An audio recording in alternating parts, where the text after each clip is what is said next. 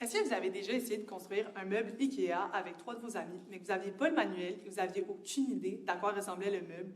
Bien, parfois, les projets, c'est un peu comme ça. On se lance, on ne sait pas de quoi ça va avoir l'air, mais c'est pour ça que la planification est vraiment l'étape de démarrage est très importante pour avoir un manuel un peu à ce fameux meuble et savoir à quoi devrait ressembler le projet final. C'est pour ça qu'avec mon équipe, aujourd'hui, Duratec Solutions, composée de Thomas, Emmanuel et moi-même, on veut vous proposer comment Trentor peut aller vers la durabilité, justement, avec un projet bien encadré.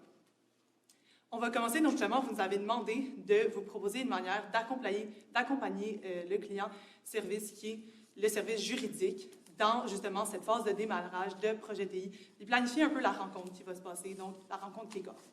Les objectifs qu'on a vus, c'était vraiment de viser l'efficience opérationnelle au niveau des changements de TI, d'innover, retenir les talents à l'interne, justement, parce qu'il y avait quand même un roulement auprès des employés, et d'assurer un développement qui est assez rapide et sécuritaire. Ce que vous faites justement au département, c'est très important, donc on veut mettre ça de l'avant et pouvoir sortir ce projet le plus rapidement possible. On va commencer par faire une brève analyse un peu d'où vous en êtes rendu. Finalement, comment est-ce qu'on va assurer le succès? C'est quoi l'approche qui va être prise pour la préparation à la rencontre démarrage et le jour J, la rencontre kick-off? En commençant par l'analyse. Donc, pour ce qui en est de votre situation actuelle, donc vos succès actuels, on peut comprendre que vous avez une équipe projet qui est complète et motivée. Donc, vos employés sont mobilisés, ils sont contents d'être là, puis ils travaillent aussi dans une bonne organisation. Puis ensuite, ça va être vraiment la disponibilité de l'expertise à l'interne. Donc, vos employés aussi, ils ont une certaine expertise, puis vous disposez de plusieurs niveaux d'expertise dans différents domaines aussi, donc ce qui est extrêmement bon pour un projet comme ça. Puis ensuite, ça va être vraiment l'efficacité des processus d'affaires malgré l'utilisation de votre solution en ce moment, qui n'est pas nécessairement efficace, mais on peut quand même comprendre que vous faites 12 000 dossiers par année, donc ce qui est incroyable malgré l'utilisation d'une telle solution. Puis ensuite, vos points à améliorer, par contre, ça va être vraiment la difficulté d'utilisation de la solution, donc qui n'est pas nécessairement efficace dans vos processus puis dans vos activités au quotidien, puis de l'efficience de la solution sur vos processus d'affaires, encore une fois, puis le retardement, par contre, de la mise en place du projet. Donc, à cause de la COVID-19, il y a eu un retardement. Donc, vous avez fait déjà l'analyse de tous vos besoins d'affaires, puis tout ce qui était amélioré, mais là, il y a eu un retardement, donc c'est à refaire. Ce qui nous apporte à faire un pivot indispensable, donc qui va être nécessaire pour votre projet. Donc, ça va être de vraiment miser sur la mise en danger des priorités organisationnelles. Sinon, ça va être la perte d'efficience dans le processus, la non-utilisation de talents internes qui peut nuire à la rétention des employés. Donc, s'ils ne sont pas mobilisés, ils vont probablement pouvoir partir ou simplement juste vouloir être plus mobilisés ailleurs. Puis sinon, ça va être la rapidité d'exécution de vos processus. Donc, juste le retardement de tout ce qui est à l'interne. Au niveau, donc justement, comment est-ce qu'on assure la réussite, vous l'avez mentionné aussi, mais la gestion de changement auprès des parties prenantes est très, très, très importante. Donc, l'impression qu'on laisse. Aujourd'hui, nous, on vous propose vraiment 5 étapes pour atteindre ça. Je vais y revenir dessus un peu plus tard quand j'explique les différentes parties prenantes. Donc, nous, on en a ciblé 4 qu'on trouvait très importantes. C'est sûr que l'équipe projet, qui est ceux qui vont diriger, sont un peu au cœur de ça, mais il ne faut pas non plus oublier les employés de la division des services juridiques, parce que c'est eux qui vont utiliser cette technologie. Ils ont besoin d'être impliqués, même dès le démarrage, pour s'assurer que la solution finale répond à leurs besoins. C'est eux les utilisateurs. Il faut qu'ils veuillent utiliser cette plateforme, il faut qu'ils l'aiment. Et aussi au niveau de la division des livraisons bureautiques et services clients. Donc, c'est sûr qu'il y a un aspect client. Vous livrez justement des services juridiques aux clients. Donc, on pense que c'est important de les impliquer à travers la division. Et donc, les clients qui sont les citoyens, important de les inclure là-dessus. Et puis ensuite, ça va être de vraiment mettre l'avant, ce qu'on vous propose, c'est de mettre l'avant le design thinking pour aller vraiment impliquer toutes les parties prenantes, autant que ce soit les utilisateurs finaux que les gens qui sont vraiment plus derrière en architecture de solutions. Donc, ça va être vraiment de mettre en place une solution qui va vraiment être avantageuse pour toutes vos parties prenantes. Puis, dans le fond, comme on a pu le savoir, on est rendu à la phase de démarrage. Donc, c'est là que nous rentrons en jeu. Puis ensuite, ça va être vraiment de bien commencer cette phase-là pour aller cibler qu'est-ce qui est vraiment à faire pour que les phases après du projet se passent correctement. Donc, la planification, la réalisation, le suivi et les contrôles, puis ensuite la fermeture du projet. Donc, c'est vraiment de bien commencer le projet pour qu'il se passe bien tout le long. Bon, l'approche au succès, premièrement, avant de commencer le projet, il faut qu'on définisse comment mesurer le succès.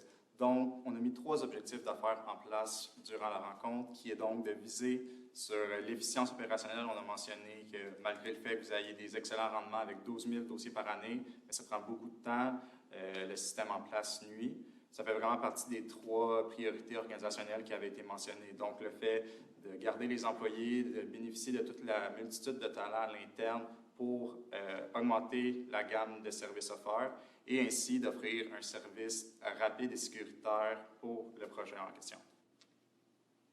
Au niveau de l'équipe, donc, c'est très important d'avoir différentes connaissances dans l'équipe. Vous avez présenté qui était un peu en charge de l'équipe de projet. La première chose qu'on a remarqué, c'est qu'il n'y avait personne qui faisait partie des utilisateurs directement. Donc, il n'y avait pas nécessairement les employés. On parle des avocats aussi qui sont en lien avec le système. Donc, ça a été notre première remarque. Éventuellement, je pense, lors du démarrage, ce serait de voir s'il y a des gens qui souhaitent s'impliquer auprès du projet, être des leaders de changement parmi leurs équipes. Mais sinon, au sein des équipes que vous avez données, on a assigné un peu des spécialisations, donc des rôles, pour savoir un peu qui a des connaissances dans quel domaine, s'assurer que toutes nos bases sont couvertes. Donc, c'est sûr qu'au niveau des délais et des coûts, il y avait personne qui était plus spécialisé en finance, en comptabilité dans l'équipe. Donc, ça serait nous qui prendrons plus ce rôle-là. Ou sinon, s'il y a quelqu'un, encore une fois, qui souhaite s'impliquer, c'est sûr que ça serait la bienvenue aussi. Et donc, s'assurer que toutes les bases sont couvertes, parties prenantes, très important, donc, d'avoir une personne en charge. La portée et la qualité, c'est s'assurer qu'on reste tout le temps sur la bonne ligne. Au niveau de la qualité, c'est très important. Frédéric avait même parlé que c'était une priorité pour cette personne, donc c'est important de la mettre en charge. Si elle a la motivation pour, on veut y donner ça. Même chose quand ça vient au risque, à l'approvisionnement. Laura est très familière avec tout ce qui est les processus TI, donc c'est parfait de la mettre en approvisionnement. La communication, on a vu que ça vient une division de communication. Il va pouvoir donc aider là-dedans pour ça des membres qui veulent être impliqués dans ce projet. Et donc, c'est juste vraiment d'avoir une équipe, comme ça on sait qui, la responsabilité est à qui un peu, sachant que tout le monde est impliqué. On pense que ça, c'est quand même une bonne base pour partir. Ça serait que tout le monde sait c'est quoi un peu leur rôle. Donc, pour ce qui en est de démarrer du bon pied, donc on commence la phase de démarrage, on va commencer par aller cibler c'est quoi les pratiques d'excellence, puis qu'est-ce qu'on veut aller cibler dans nos processus d'affaires avec l'apport de la nouvelle solution avec le projet de transformation numérique. Donc, on va commencer par aller modéliser les processus d'affaires actuels, puis afin de définir les problèmes, puis un peu qu'est-ce qui ne fonctionne pas dans les processus qu'on a en ce moment, puis avec l'utilisation de la solution que vous avez en ce moment pour les services juridiques.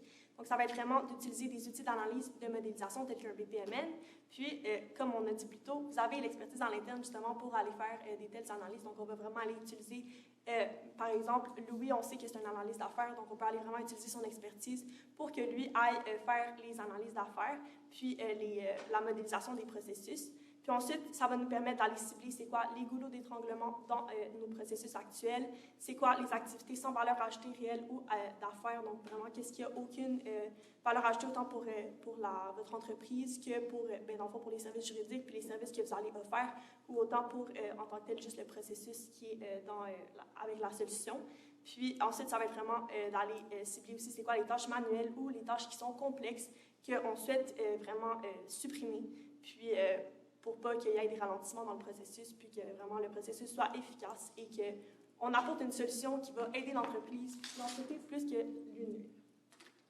La prochaine étape, après avoir modélisé puis trouvé les problèmes avec Louis, on va pouvoir utiliser le même principe de modélisation par le BPMN pour effectuer le processus cible. Donc, éliminer toutes les activités qu'on désire enlever du processus, les activités sans valeur ajoutée. Ça va nous donner la base de la suite du projet, le processus cible, qui va être toute la liste d'étapes pour un processus optimal. Avec ce processus-là, on va pouvoir utiliser d'autres ressources en interne comme Laura, qui est architecte en TI, pour regarder les requis technologiques nécessaires à l'arrivée en question du processus cible. Donc, on va pouvoir faire la liste de ce qu'on possède à l'interne, la liste de choses qui restent à aller chercher. Tout ça va nous amener à l'analyse de marché. Vous avez mentionné dans notre rencontre avec nous, c'était dans vos prochaines étapes, l'analyse de marché, mais avant d'aller sur le marché pour rechercher un produit en question, il faut vraiment savoir à l'avance qu'est-ce qu'on veut chercher. C'est comme aller à l'épicerie sans liste, on ne peut pas savoir ce qu'on veut mettre dans notre panier. Donc, avec le cahier des charges qu'on va pouvoir construire avec le processus cible, on va faire l'appel d'offres et regarder quel fournisseur répond mieux à nos besoins à l'interne. Une autre partie qui est importante de faire dans notre rencontre de démarrage, c'est d'établir la portée et le budget. Pour ce qu'on a parlé de la portée, on avait attribué ce rôle-là à Louis dans l'équipe. On pourrait donc laisser à Louis le rôle d'établir la portée. On jugeait que c'est vraiment la personne qui était le mieux placée pour effectuer ce mandat-là. Et pour ce qui est du budget, c'est vraiment difficile d'établir au début un budget étant donné qu'on n'a pas beaucoup d'informations, mais selon notre expérience et les autres clients auxquels on a fait affaire, on sait qu'environ 300 $ pour un logiciel mensuellement pourrait être attribué. Donc, on est sans savoir vraiment la ressource ou le système prendre. On s'est arrêté à 300 $ juste pour vous donner une idée simple. Et la division complète juridique comportait 153 personnes. Donc, on a juste fait 3600 qui est 300 fois 12 fois les 153, ce qui nous arrivait à approximativement un budget de 550 000 par année pour l'exploitation totale de la solution. Ça sera à considérer aussi des frais de paramétrage, peu importe, même si on considère qu'on va utiliser beaucoup de ressources à l'interne. Si jamais il y a des ressources externes qui devraient être impliquées, ça pourrait être ajusté. Mais je vais juste mentionner, en général, ça correspondra à combien. Sinon, au niveau, donc, on revient à assurer le succès. C'est sûr qu'on parle beaucoup de durabilité, mais pour nous, notre équipe, la durabilité, on considère que ça va vraiment avec vos employés. Donc, assurer qu'ils ont un travail qu'ils trouvent intéressant, qu'ils aiment leur emploi. Et ça va justement avec ce qu'Emmanuel disait, les tâches à valeur non ajoutée, les tâches répétitives, fonctionner avec un système informatique qui énerve un peu les employés, qu'il est vieux, tu n'as pas l'impression qu'il t'offre vraiment ce dont tu as besoin. Et donc, la durabilité, pour nous, ça passe énormément avec la gestion du succès. Donc, garder nos employés, s'assurer qu'ils sont heureux et qu'ils se sentent accomplis dans leur métier. Parce que ça va aussi faire qu'au niveau de la société, si nos employés font un meilleur travail, sont motivés, au niveau des services juridiques, les services juridiques offerts aux citoyens sont aussi beaucoup plus de qualité, étant donné que les employés vont se sentir plus mobilisés. Et ça commence vraiment en comprenant ça va être quoi l'impact que les parties prenantes vont avoir avec ce changement technologique. Donc, auprès, justement, de nos analystes juridiques, ça va être quoi les changements pour eux? Auprès des avocats, c'est quoi les changements? C'est sûr qu'on peut faire des tests de régression pour ça, voir si je change telle partie, c'est quoi l'impact sur mes autres parties prenantes, c'est quoi l'impact sur leur travail, mais ça va aussi en les rencontrant. Donc, vous avez déjà fait, justement, des rencontres avant la COVID pour savoir où ça se situe, mais c'est d'en faire des nouvelles, c'est très important. Comprendre, eux, qu'est-ce qu'ils voudraient de ce système, de quoi ils ont besoin.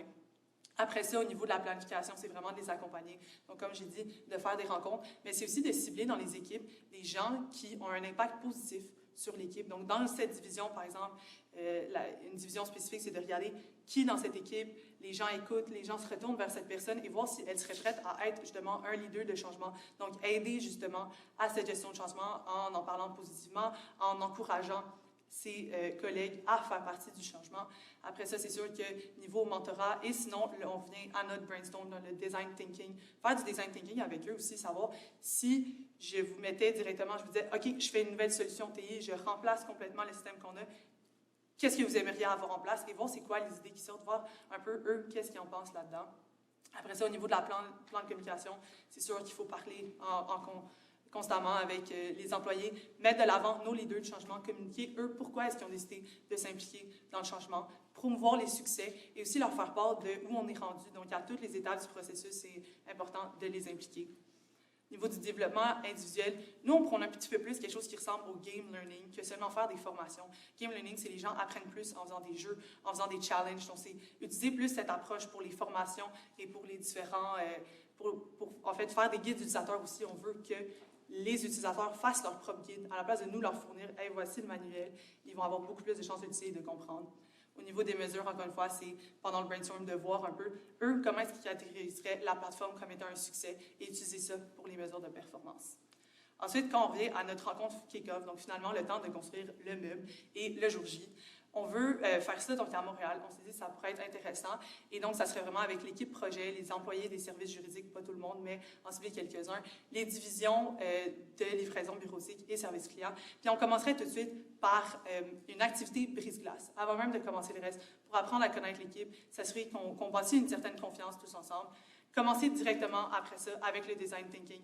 Même pas parler de ce qu'on veut présenter, juste voir au début, eux, qu'est-ce qu'ils en pensent, qu'est-ce qu'ils en voient, partir une discussion pour pas juste que ce soit nous qui leur présentons quelque chose, mais vraiment, on participe à ce projet ensemble. Et ensuite, présenter, donc, comme on a dit, nos objectifs d'affaires, l'équipe, c'est quoi leur responsabilité, la planification, donc le budget préliminaire un peu, la portée préliminaire par Louis, et la prochaine étape qui est dans l'analyse de marché. Et donc, avec notre solution, vous allez pouvoir justement atteindre vos objectifs et partir le projet du bon pied pour aller vers la durabilité. On veut un projet qui va perdurer dans le temps, qui ne sera pas obsolète dans un mois. Et ça, c'est sûr que ça passe justement par commencer bien à la première étape, inclure vraiment toutes les parties prenantes qui sont importantes et s'assurer que nos employés se sentent valorisés, surtout dans une pénurie de main-d'œuvre. Merci, on est prêt aux questions. Bravo pour la présentation. Merci. Merci. Si vous permettez, je vais commencer. J'ai adoré l'idée du design thinking que vous présentez, puis juste qu'on se repositionne à la slide 8. Excellente idée, moi ça me parle. Cependant, j'ai quand même un questionnement. Vous nommez plusieurs, si tu fais juste bac de 1, vous nommez plusieurs personnes quand même au niveau du regroupement. Comment vous allez mettre en place du design thinking avec autant de monde?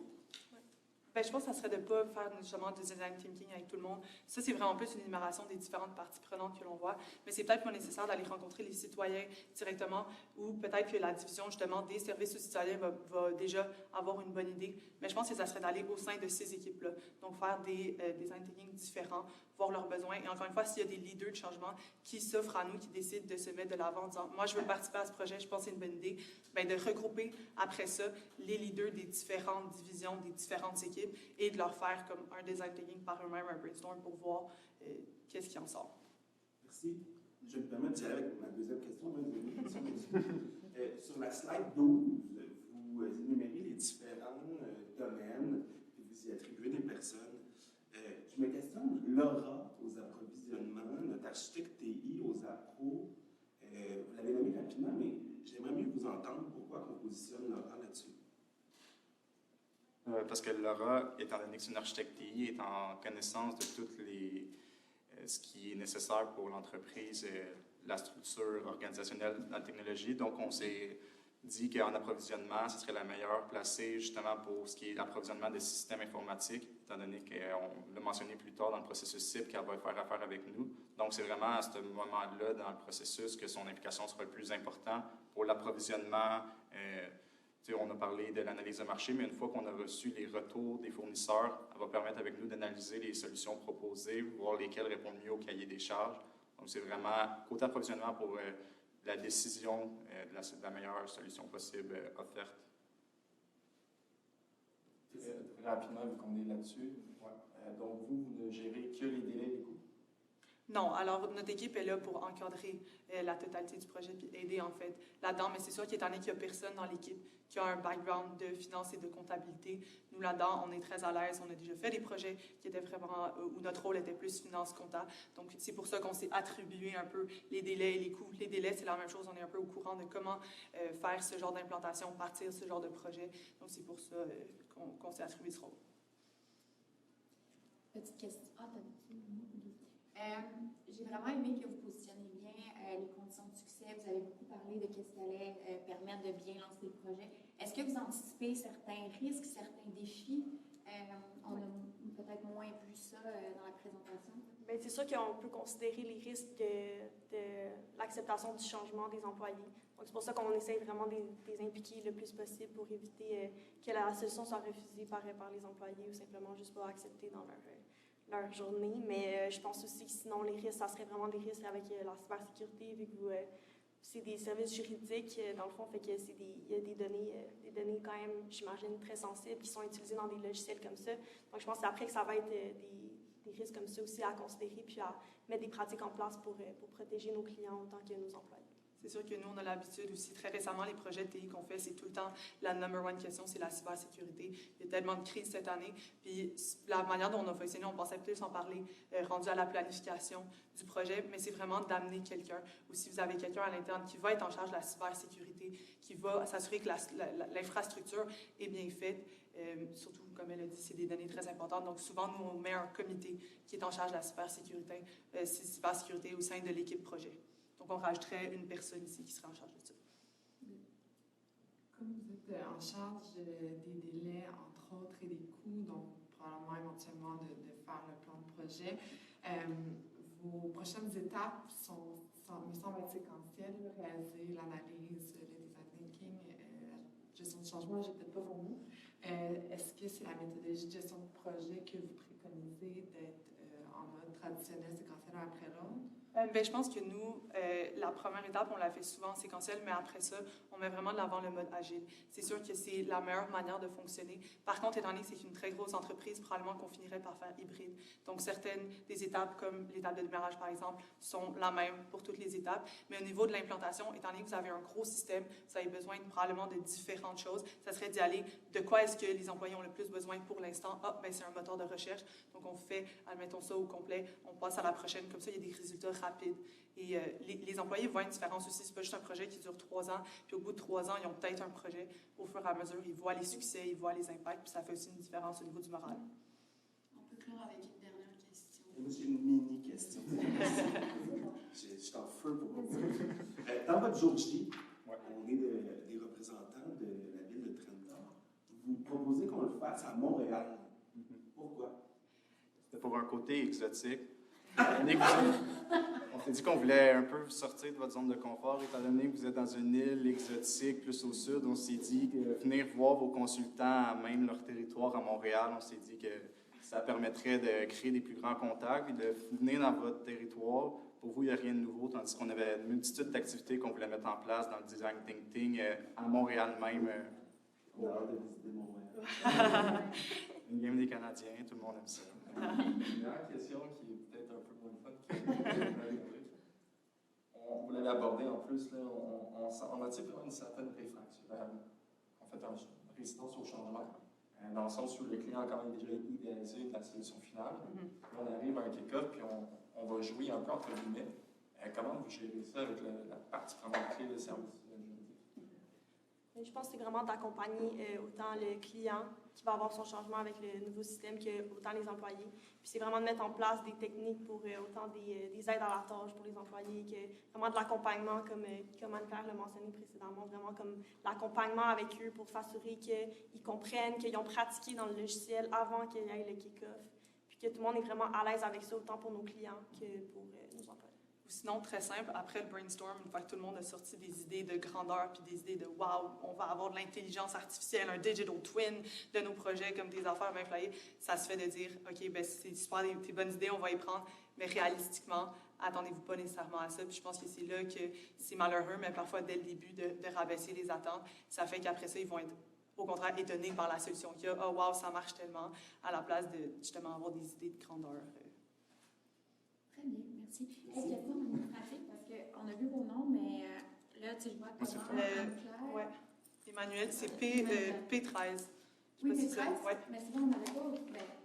Ouais. Non, c'est ça, il était juste écrit au début. Non, c'est correct. C'est bon, enchanté. C'est ce qui m'a fait à votre présentation. Merci beaucoup. Vous pouvez laisser le PowerPoint là, puis vous dirigez vers la sortie. Merci. Merci beaucoup. Bonne fin de journée.